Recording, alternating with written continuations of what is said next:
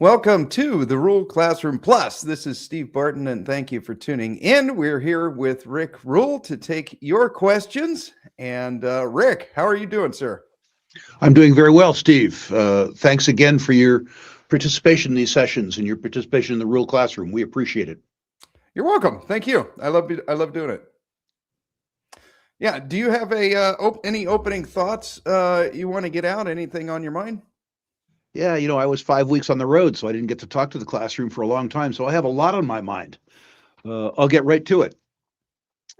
Timeliness. We've seen really, truly spectacular action in commodities markets. Gold price ripping, silver price ripping further, copper price, finally ripping, oil and gas prices stagnant. So let's call attention to that.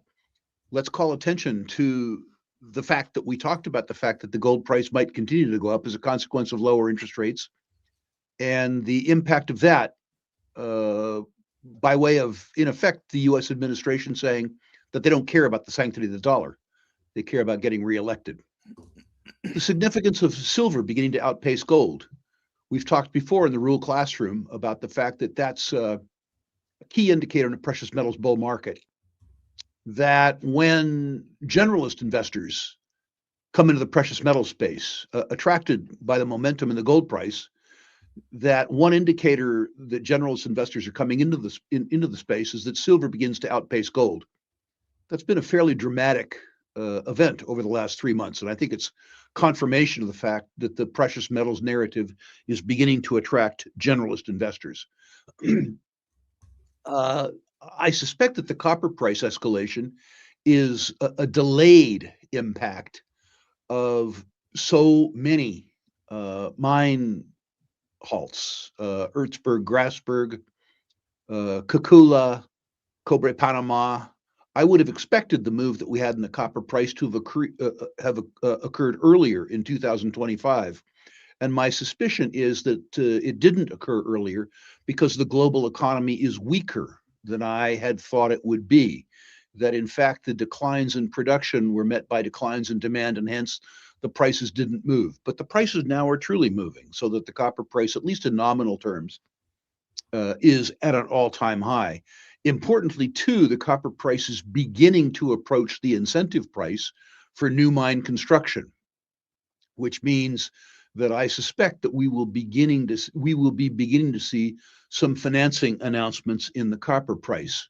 Remember that we talked 3 months ago in the Rule Classroom about the fact that the copper industry expects that it will take $250 billion in expenditure to maintain current supplies of copper. And they also expect copper demand to double over the next 35 years. So watch the copper space. The condition precedent for a recovery in copper markets is beginning to occur with the copper price. The oil price softness, I think, really is reflective of a couple things. Cresting U.S. supplies meeting soft demand on a global basis, the tug of markets. Make no mistake, $50, $55 oil, pardon me, is not enough on a global basis for the industry to earn its cost of capital. Now, that's a bit problematic with regards to state-owned firms, which are less concerned about their cost of capital. I still continue to believe that one of the few remaining hated sectors in the natural resource business is in the oil and gas side. And I imagine that the relative oversupply of oil and gas will continue for at least 12 months, but will come to an end as a consequence of systemic underinvestment in sustaining capital investments, setting the stage uh, perhaps for an okay 2027, but maybe a spectacular 2028. I note too that the weakness in the oil and gas prices has not led to a stagnation in demand for oil and gas stocks. I suspect that there are a lot of people who are looking at the free cash flow generation in the oil and gas business without considering the cost of capital, and they're attracted to the sector. Also, the fact that the sector is returning capital by way of high dividends and share buybacks, although that disguises the fact that the companies that are doing it are cannibalizing themselves, is attractive to investors. Um, I think it's important to note in the mining sector that the pace of equity price increases, at least for the producers and the senior producers, has not kept pace with the escalation in commodity prices and hence the escalation in margins.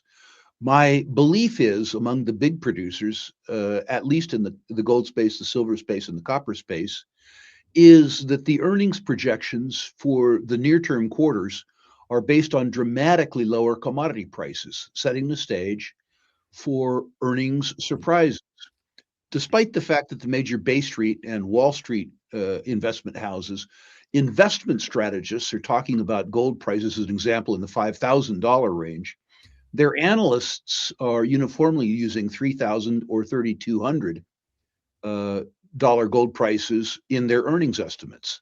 If the estimates involve a $3,200 assumption, and the reality is that they sell gold for 4,200, they're going to have a difficult time not yielding earnings surprises.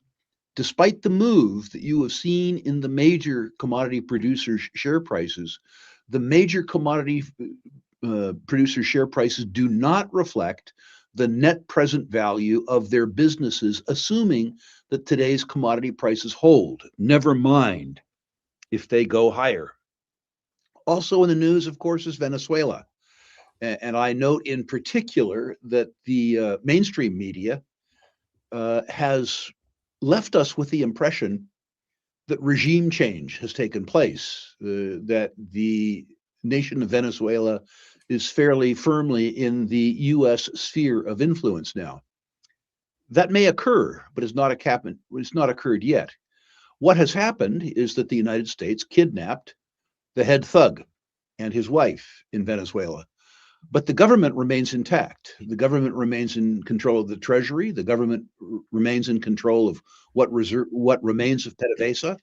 The government, importantly, retains control of the military, and government cadres, the same socialist thugs that have run Venezuela for 25 years, have firm control over state and local governments. So while regime change, may occur, while the thugs in power may decide that the fate that befell Maduro is not one that they wish for themselves, the regime change that the news reporting of Venezuela is anticipating has not yet occurred. Do not look for an immediate impact in oil production. Do not look for any immediate impact. Understand that real regime change may be complex and may in fact be bloody. So keep watching this. This is a story that's just begun. It's not a story that's close to over. Finally, three sort of administrative details. There's been a lot of discussion in the Rural Classroom about the fact that they would like me to do sort of an hour-long mini discussion on the psychology of selling. I told the group some months ago, I think in October, that I had sold 25% of my junior positions, which caused quite a lot of surprise. And I want to talk about the psychology of selling. Some of you remember that I often begin speeches with a discussion of a bumper sticker I saw years ago in Midland, Texas. I believe it was in 1984, after the spectacular bull market that the oil business had in the 1970s and the spectacular crash they had in the early 80s. The bumper sticker went like this: "Please give me one more bull market. I promise not to waste this one." We are in a bull market, ladies and gentlemen, but remember, if you follow it to its conclusion, given cyclicality, you will have wasted it. You need a selling strategy. You need to understand when you've been right, and you need to learn how to take profits along the way. And I am proposing, if you all are interested, an hour-long discussion of the psychology of selling. To the extent that you are interested in that, please let me know in the discussion groups in the Rule Classroom, which I monitor constantly. If there are enough of you who are interested, I will design this hour-long program and I will deliver it in the Rule Classroom. If there isn't, I'll go about living my life. Either is okay with me. Related to selling, I have discussed in the Rule Classroom that whenever I make an investment decision, one of the things I do is I write a memo to myself, describing the opportunity, describing my motivation for buying, describing an understanding of what might go wrong, describing my aspirations, and describing what positively or negatively will cause me to sell.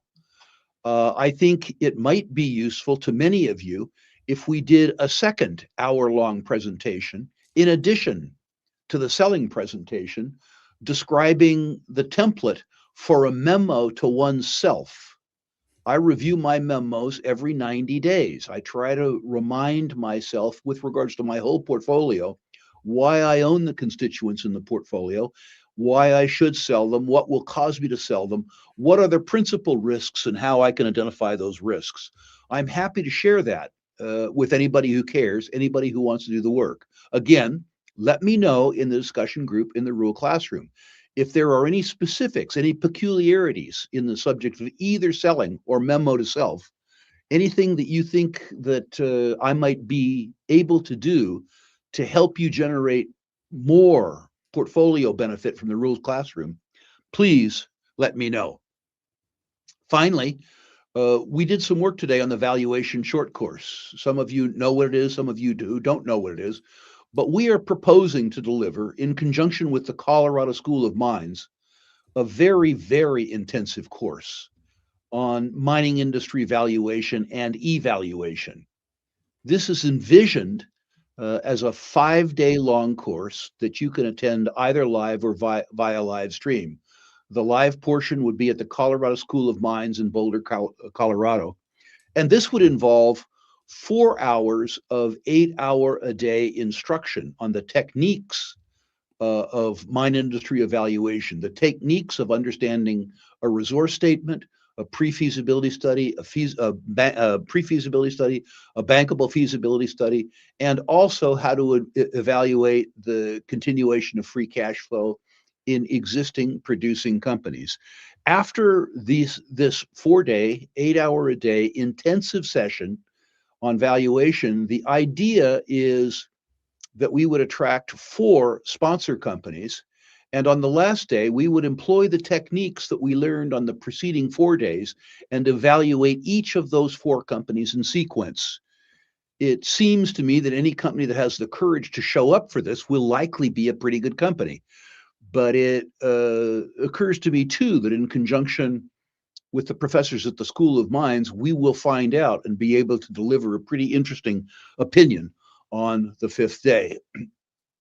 We are anticipating in a very preliminary basis that the charge for this course will be about $5,000. We anticipate that the charge for the course, if you attend live stream rather than in person, will be about $4,000. We're going to try to bring in this at a lower price point, but we have to pay for the faculty, we have to pay for the facility, all that kind of stuff. We don't get to sell rooms that lower our facility costs. So it's going to be a very expensive course for us to deliver. It's also, from your point of view, going to be extremely rigorous.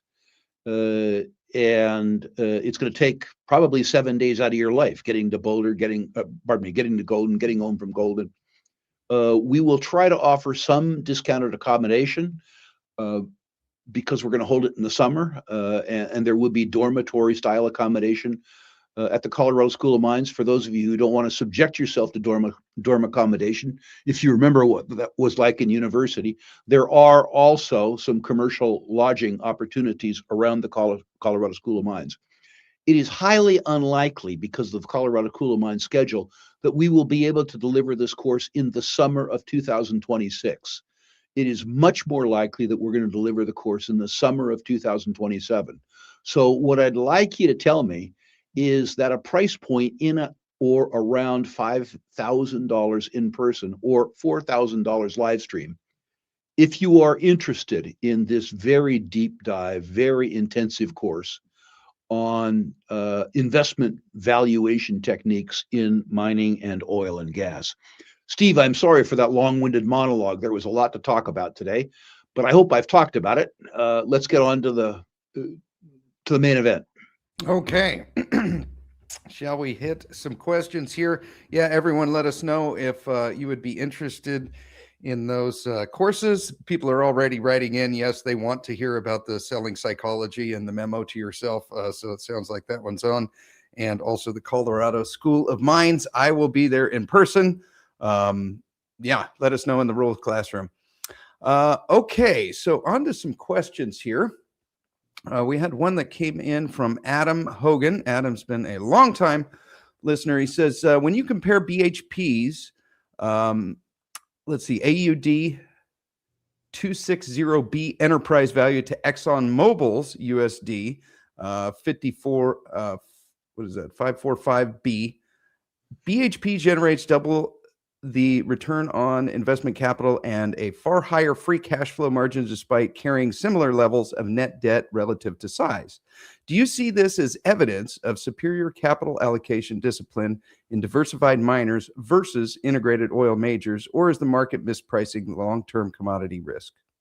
I think what's happening is the fact that the iron price has been very, very strong for a very long time. And BHP in the Pilbara has a uniquely strong iron asset. I think if you strip the iron asset out of BHP, what you'll find is that returns are much more similar. I also believe that we will have less dramatic price escalation in the iron business as a consequence of the introduction into the iron market of supply from Simandou, relative to the increase in pricing that I think we'll see in the oil and gas markets as a consequence of systemic underinvestment. BHP has operated some very high quality assets, Olympic Dam and stuff like that. But the strength of the business has been the Pilbara, just like the strength of Rio's business has been the Pilbara. It's a real jewel box, and it will continue to generate wealth for BHP shareholders for 50 years.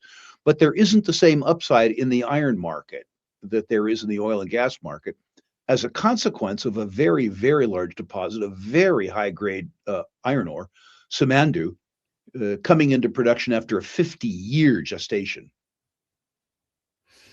Okay. Otto wants to know, in 2025, Rick put Meteoric, Sovereign, and Centaurus as his favorite speculative bets. Are these three companies his favorite speculative bets heading into 2026? I don't know about my favorite, and I don't know if they were my favorite then. So let me tell you precisely how I see them. I see them as tier one potential opportunities, which is to say, deposits that, if my studies are correct, could generate deposits that have well in excess of $10 billion in situ recoverable reserves, where the deposits would be in the lowest cash cost quartile worldwide, and where they would be in the highest return on capital employed quartile worldwide, but at least 25%. These attractive valuations usually occur when there's some warts. and I like to know the warts. And in this case, I know the warts are locational warts or commodities warts. What I'm looking for is companies where, if my assumptions are correct, I could experience a tenfold escalation in share price over 5 years, understanding that I run at least a 50% chance of loss. So when somebody says top speculative bets, if you don't have a 5-year horizon, and if you aren't willing to lose 50% potentially as a consequence of attempting to make 10 or 20 times your money, these aren't great speculations for you. I'm not a trader. I'm not, I don't want to sound arrogant, but I'm not particularly interested in a 30% move in a share price.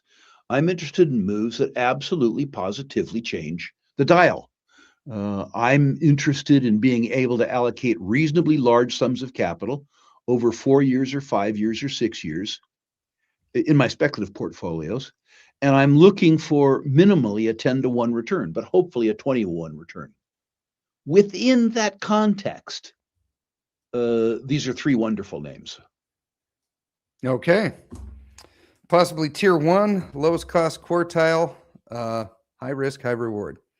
High return on capital employed, lots of political risk, some exploration risk, some process risk, and importantly, time. What most speculators don't get right is they think that their time preference matters. People have a 5-year strategy and they have a tactic that expires over a long weekend. Those people aren't going to be successful except for by accident.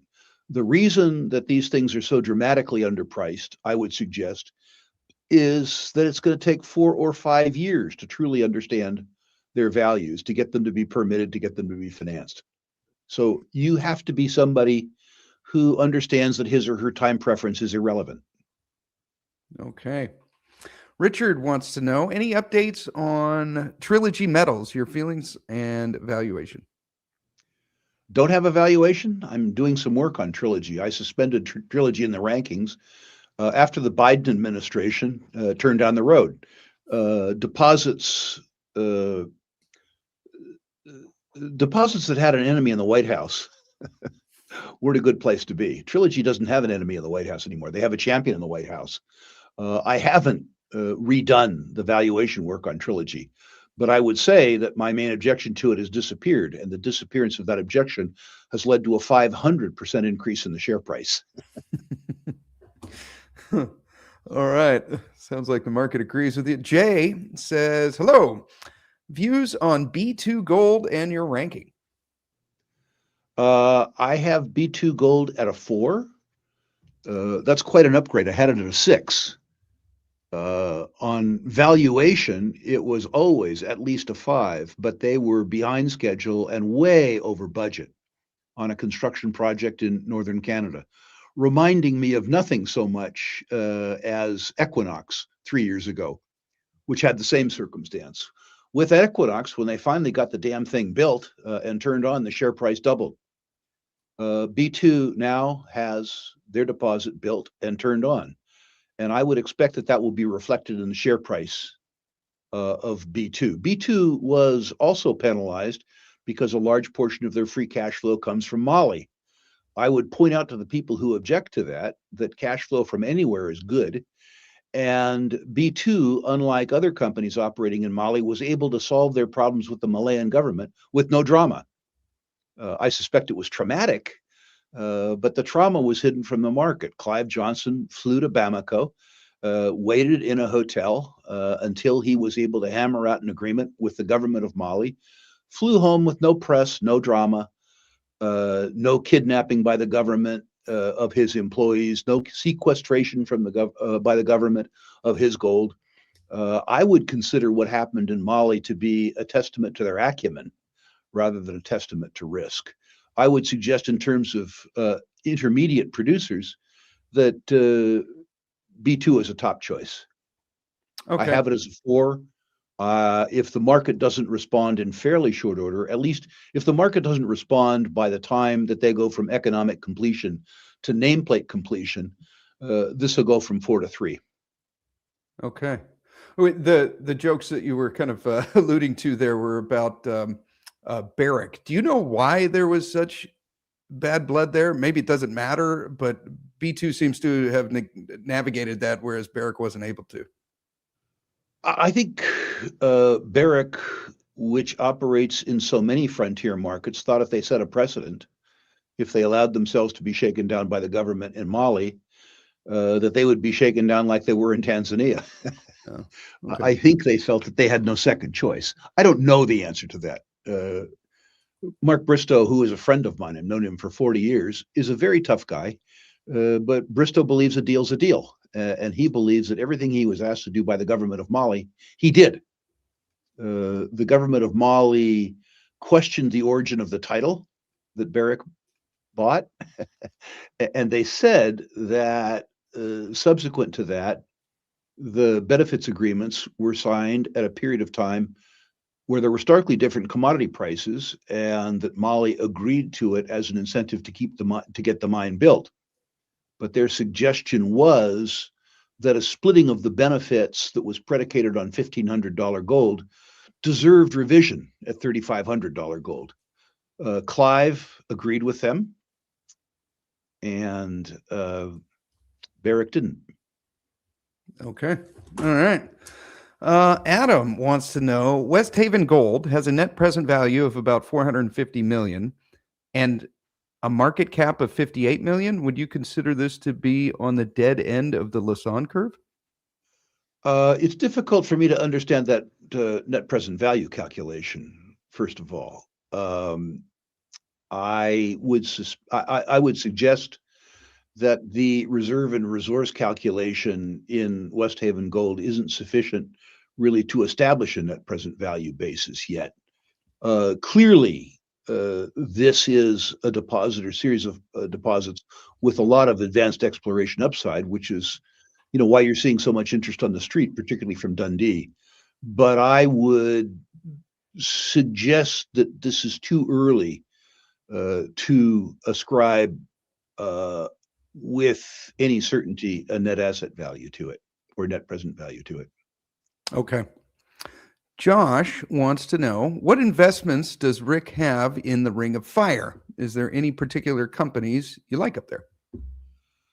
I have nothing in the Ring of Fire currently. I think the recent announcement from the Indigenous nations in the Ring of Fire and the province of Ontario, pardon me, and the government of Canada make this a fertile place to look into. But the truth is, I've been too busy other places. I was heavily invested in the Ring of Fire 20 years ago. I made a reasonable sum of money. When the political intrigue in the Ring of Fire got too intense, mercifully for me, I sold out. Didn't make all the money I could have, but that's okay. I noticed that some very smart, very committed people believe that the historic political impasse is over, and that the consequence of that is that road and power infrastructure comes into the region. If that's true, there's a lot of work to be done there. Let's see. Oh, I got a question from a Plus member that I keep forgetting to ask you, and I'm sorry I don't remember his name, but he was curious about helium. I remember we talked about helium maybe a year ago, and you said you were looking into it. Any updates on helium? I'm attracted to the helium business. This may be a big mistake because the market's so skinny that any big introduction of supply could really crater the market. What attracts me is the attractiveness of helium, not in balloons, but in a variety of technological applications. I'm told by people who know, Silicon Valley people, that helium is a critical element in a lot of technology applications, and that demand for helium in a whole bunch of ways is going to grow. When I was growing up in the oil and gas business, helium was a waste substance. Most of the helium that was produced in the United States, at least, came out of the Hugoton gas field, where I was active in the 1970s. What's changed between 1970, say, and today is that field is, at least at current gas prices, increasingly depleted. The system-wide uh, pressures are such that these aren't gas wells that flow. These are gas wells that actually need to be pumped. You produce the gas by producing water. And the byproduct helium, as a consequence of that, is declining fairly precipitously. So I am attracted to the helium sector. I'm particularly attracted. People need to understand that helium, and I won't go into the orogenesis of helium deposits, but they involve the slow decay of radioactive material like uranium.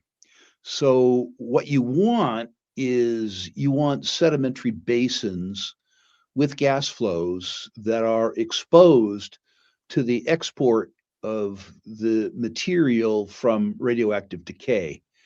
What all of that means is that my own search for helium reserves and resources is probably going to involve Saskatchewan, which has a wonderful uranium endowment. There are probably other ways to do it, but I'm early enough in the game that I want to identify for my own portfolio the simplest means of target identification. Okay. Josh wants to know, what does Rick think about SPC Nickel Core, their Muskox project in Nunavut? Muskox is intriguing. It's a very large intrusive complex. There isn't enough data really to say what it is, but it's one of the 2 or 3 best remaining intrusive complexes in Canada. It's tough to put a valuation on it because there's no data, and it's tough to get data because it's in the middle of nowhere. It's substantially north of where Santa Claus is alleged to live. And so anything that you do there is extremely expensive.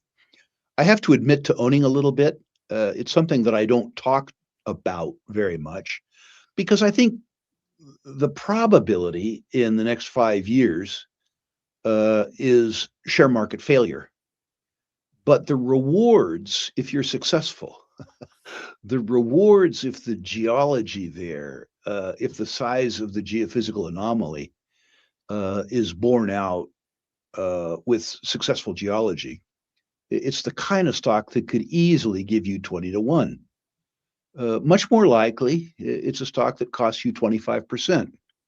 But that sort of juxtaposition of risk to reward run by smart people who run this, with the upside being so extraordinary, is one that I can't resist for a little money. Okay. All right. It's unranked, by the way. I didn't know, with the amount of data available to me, how to assign a ranking. I only knew the impact it had on my greed. Okay. All right. We're about halfway through. So if you're watching on YouTube, Twitter, or any other outlet, we're pulling the questions from the Rule Classroom Plus. So follow the links down below or go to ruleclassroom.com. And Mike wants to know your thoughts on Blackstone Minerals. I'm a Blackstone shareholder. I have been for a long time. The caution I might have with Blackstone is that, at least in terms of their exposure to shale plays, that the American Petroleum Institute suggests that between 75 and 85% of the tier 1 locations, undrilled tier 1 locations in the United States, in the Permian in particular, have been drilled. Which means that without an increase in the oil and gas price, or without the development of better extraction technologies, the game that has fueled the US oil and gas industry for the last 15 years is coming to an end. People need to understand that. I personally believe that 3 years from now, we'll see dramatically higher. By dramatically higher, I mean $80 or $85 oil prices. And I think that we'll see strength in the natural gas prices that surprises us as a consequence of increased infrastructure around natural gas. But understand that my holdings in many domestic oil and gas companies is a function of higher prices, not their net present value at current prices. And the same could be said for Blackstone. Okay. David wants to know if you could talk about Vizsla Silver and its outlook. Vizsla's had a hell of a run. This is a legitimate 10 bagger since we first brought it to the attention of people in the rural classroom. High quality people, I need to say that those people are personal friends of mine, so there's a bit of bias here. But Vizsla is one of the highest grade and largest undeveloped silver deposits on the planet. It's in a tough part of the world, Sierra Madre Occidental. For those of you who don't follow Western Mexico, this is hardcore narcotraficante territory. So the sociology involves having discussions with people who settle commercial disputes with lead through the temple. The size of the prize is such that I think this gets worked out. I would say that this is minimally 250 million high grade ounces. And I would say that we haven't seen anything like the end of the deposit. This was a deposit that was attractive to me at $40 silver. If the current silver price holds, this isn't a silver mine. This is a diamond mine. All of that move from 40 to 80 is margin. It's all margin. Understand that if you had AISC in this mine at $15 an ounce, I think it would be lower actually. And if you're spending $5 or $6 an ounce on capital recoupment, you made pretty good money at $40. You made maybe, 15, $20 an ounce. At 80, at 80, you're making $60 or $65 an ounce, which is to say a quantum increase in margin. So yes, I'm attracted to it. There's lots that can go wrong here. Sociology can go wrong. Permitting can take a long time. Remember that the president of Mexico is anti-mining.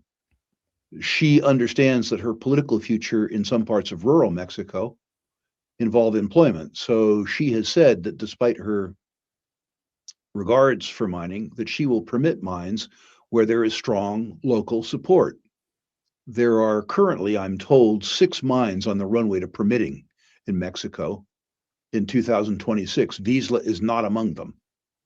So they will need to continue to do work in terms of community relations to get the sort of support in the state of Sinaloa that would allow, is that the right phrase? That would cause the president of Mexico to overlook her personal objection to mining and to approve of it. Okay. A lot of stipulations there, but could be huge. Jintinder wants to know your opinion on Ascot Resources after their restructuring.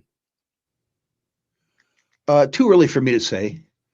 I like the people behind Ascot. I like the fact that Frank Giustra is behind Ascot. The idea that they're going to fill the mill with Red Mountain, I think there's a lot more work to do on Red Mountain before I believe them. I don't own Ascot.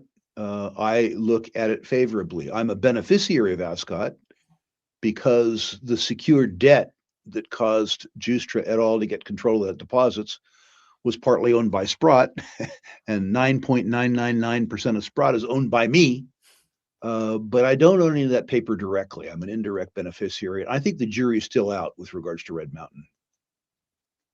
Okay, so you don't see them maybe coming online next year, or this year, I guess. Now we're in 2026. Well, were I them, the same group of people, not the same company, I wouldn't have put West Red Lake in production without a feasibility study. Okay. They believe that the historical documentation, that the assets that they acquired out of reorganization had sufficient work done that recapitalized, they can make it work. I understand shortcutting the process in the interest of time. I do. but not with my money. Okay.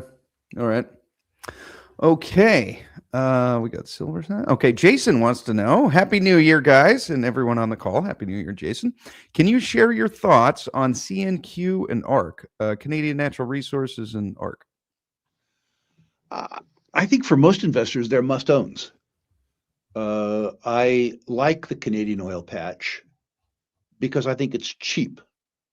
I also think that there has been enough work done on egress of natural gas through the northern route to First Nations controlled gas liquefaction plants that some of the line pack with regards to natural gas out of Alberta is being corrected. And I think that CNQ will be a beneficiary of that. I think the whole Canadian oil patch will be a beneficiary of it.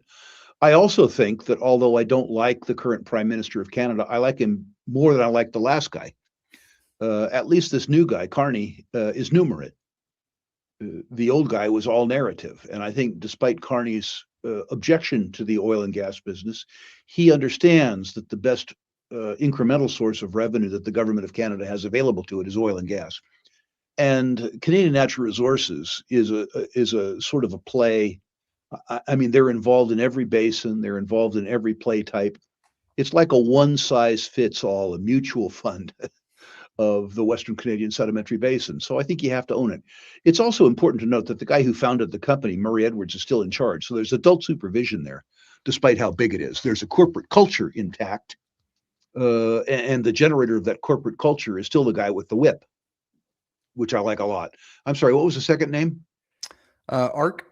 Oh, ARC, I think, is the best run intermediate oil company in North America. I know those people well. When the people there were more in the oil and gas financial services business, I competed with them, or, well, I flatter myself by saying I competed with them. I got what they didn't want.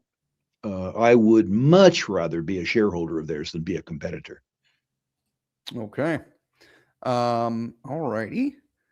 And do they deal with heavy sour up there? ARC? No. Yeah. And CNQ. CNQ and Suncor, yes. We were talking earlier about if the cause of that question is potential competition from Venezuela. Yeah. The answer to that is yes, 10 years from now. Okay. Making the Orinoco heavy oil belt work is going to be, a 60 or 70 billion dollar chore. And Venezuela has to go along with it. As I say, the regime change that people are talking about hasn't occurred yet. The only thing that's happened is that the head thug has gone to thug heaven. Okay, but there's plenty of thugs to take his place. Lots of remaining thugs. All right. Okay. Yeah, you know me well. That's exactly where the question was aimed. All right. Zahara, in terms of the gold bull market, when do small exploration companies come into play? Any advice on how one can participate in it, excluding, though, prospect generators? I think the exploration market comes into play about a year ago. This is the first time in my life that a gold bull market has been active top to bottom simultaneously.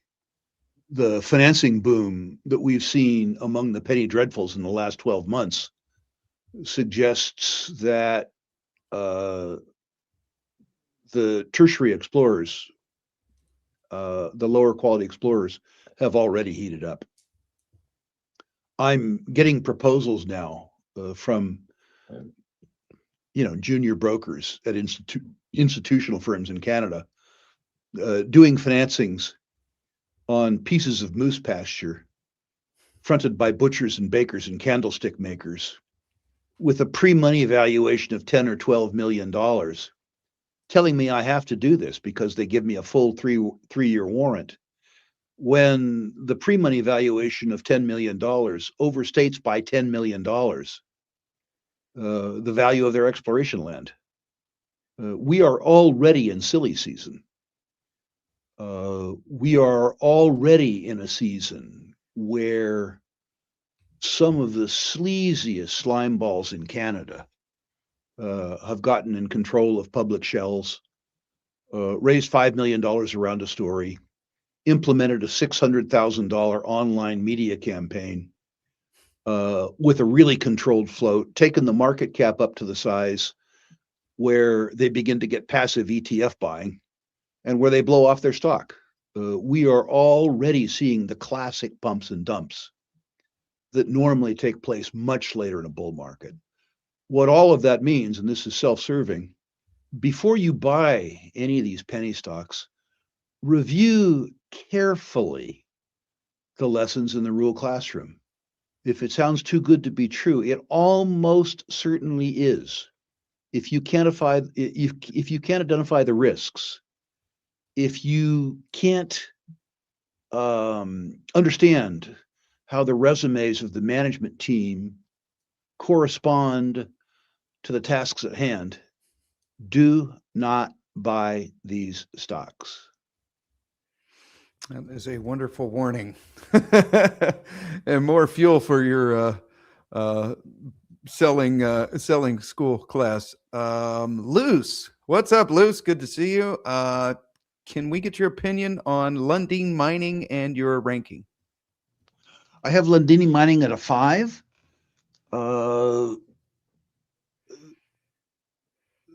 They're generating a lot of cash.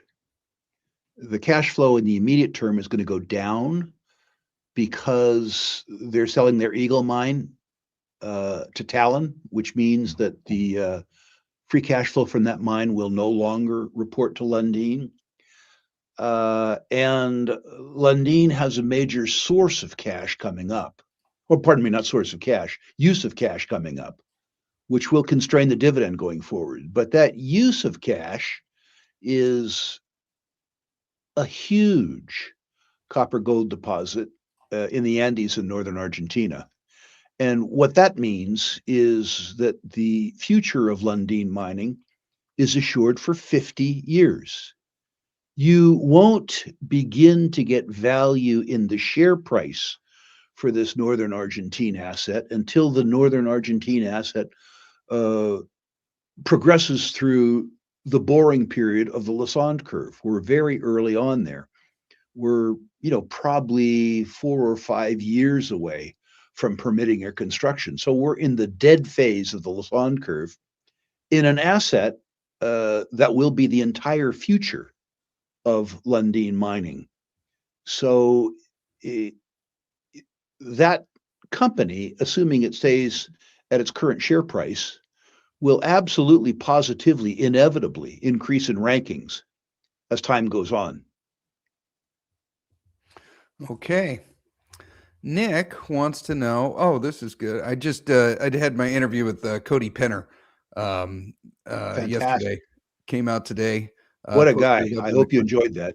Oh yeah, he's a great guy. Yeah, we'll have to all three secure a beer at the next conference.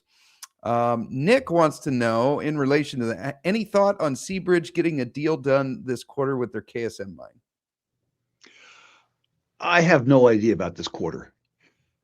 Here's what I can tell you. There are 5 or 6 companies that entered into confidentiality agreements on KSM when the gold price was below 2,000. The knock then was that the free cash flow from that mine, given the $8 billion front-end construction cost, the payback period was going to be too long. The all-in sustaining costs before depreciation were pretty low, but overcoming the capital charge was very difficult. At $4,000 gold, and particularly at $70 silver, that equation begins to change. And KSM solves a huge problem for mining companies. KSM is the largest documented undeveloped gold and silver deposit on the planet.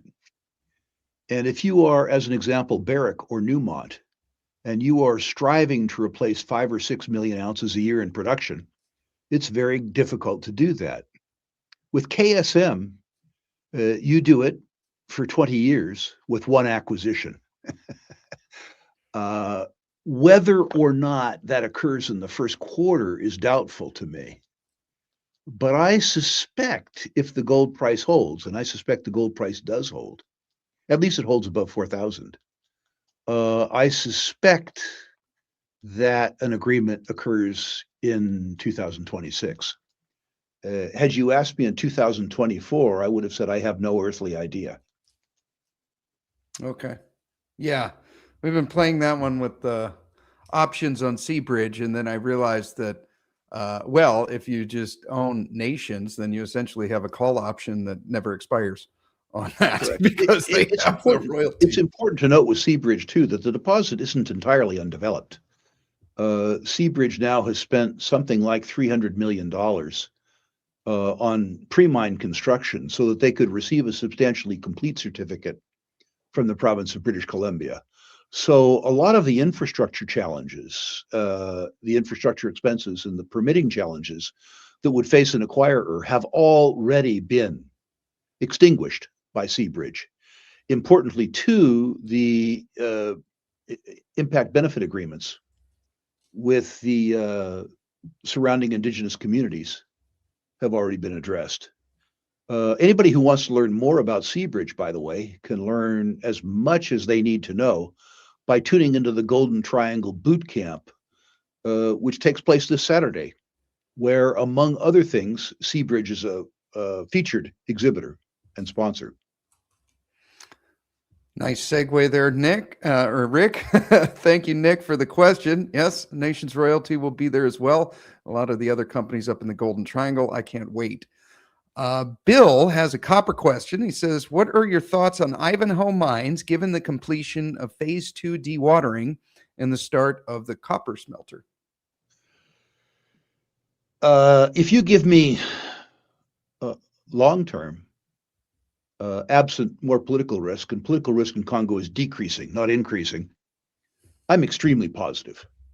With dewatering, you get to go back into the damaged areas and rehabilitate them. That'll take a little while because all of the electrical systems were obliterated by water. The bigger question becomes, what was the cause of the underground seismic event? If the event was roof failings, which is to say poor underground conditions on the roof, we can deal with that. If the source of it was pillar collapse, what that means is that we have to change important parts of our mining method, and we don't have the answer to that. Looking forward,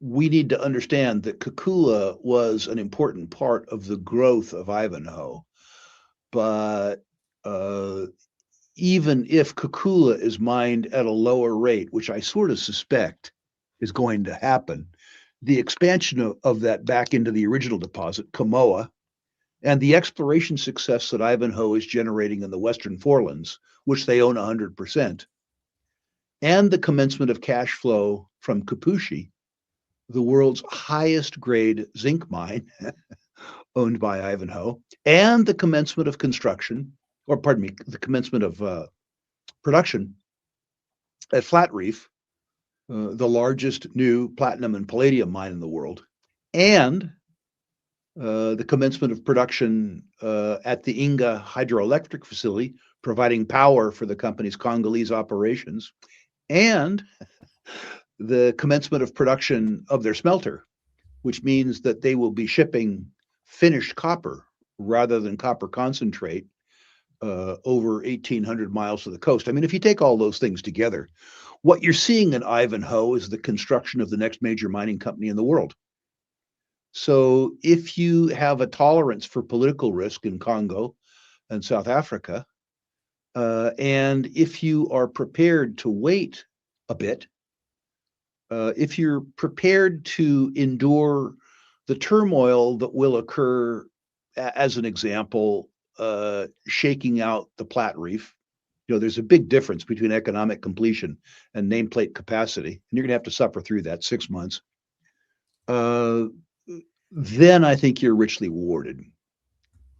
Now, again, you need to take into account my bias. I've invested alongside Robert Friedland since 1988. I've made an awful lot of money with him. I'm personally very friendly with him. And I think my average cost in Ivanhoe is below $1. But at any rate, I've sold enough that I have no net cost in it. So if my remarks seem bullish, it's because my bias is bullish. Okay. That's an authentic answer. And Vito wants to know, have you heard of 9 Mile Metals? No, I've Okay. not. Let's see. Victor wants to know, given your positive comments on oil and gas, can we expect to see more energy companies at this year's conference? No. We were not successful in attracting sufficient energy speakers to the keynote. And I don't like to have exhibitors that are present without enough instructional capacity on the dais. You absolutely positively can expect a greater energy orientation in the 2027 Natural Resources Investment Symposium, but not the 2026 symposium. Okay. We don't Um, like to do unsupported exhibitors. In other words, we want our audience to get enough education from the dais and in the breakout sessions that they are informed enough that they can interrogate the exhibitors from a good basis. And we would anticipate, in conjunction with the 2027 Natural Resources Investment Symposium, a substantial amount of pre-conference work in the Rural Classroom, including a boot camp, that would enable our attendees to evaluate our exhibitors more thoroughly. okay. And Vito is teeing us up here for another boot camp comment. Dolly Varden merger. Can you give your potential on your take on the potential of the combined company going forward? I like it. I think the stock trades off a little bit likely because I think you had some contango shareholders who were looking for a different outcome. And I think you had some Dolly Varden shareholders who were looking for a different outcome. In other words, traders that were looking for a takeover as opposed to a merger. And so I think the market needs to wade through a bit of stock from people who weren't investors, but rather were traders. I think the merger does a lot of things. I'm not so sure it's synergistic. That's a different question. But I think one of the interesting aspects of it is that Sean Kuhn, the CEO of Dolly Varden, recognized within himself that he'd never built a mine and that mine building was going to be an important part of Dolly Varden's future. And he thought very unselfishly that the shareholders would be better served by Rick Van Nieuwenhuis undergoing that than him undergoing it. It's unusual to see that level of self-awareness among CEOs. It's also true that the combined companies generate a real pipeline of projects. The management team will have the ability to allocate capital across 2 or 3 projects, which almost always makes better capital allocation decisions. People aren't allocating capital in order merely to retain their jobs over the next 5 years, but rather optimizing rather than surviving. Finally, the combined companies will have much larger market cap and much greater trading liquidity. And that means that they'll get more access to passive and ETF buying. More volume, higher share price, lower cost of capital. Okay. Well, we're tapping on the hour here. Do you have any final thoughts, Rick? I don't. I think we've got a lot done today. I would urge people to pay attention to the banner, the Golden Triangle Boot Camp, January 10. I think it's $99. If you don't think you got your money's worth, I'll give you your money back. No risk. It is a highly prospective place. It's a place that gives you really opportunity across all kinds of deposit types and deposit sets. We have a great faculty lined up. So, pay attention to that. And also pay attention to the upcoming Natural Resources Investment Symposium, July 6th through 10 in Boca Raton, Florida, or via live stream from the comfort and convenience of your own home.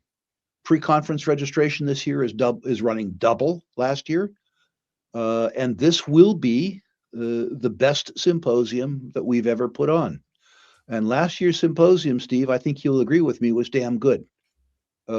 Like any other investor education product put on by Rural Investment Media and the Rural Classroom, this comes with a solid gold money back guarantee. If you think for any reason whatsoever you didn't get your money's worth, we'll give you your money back.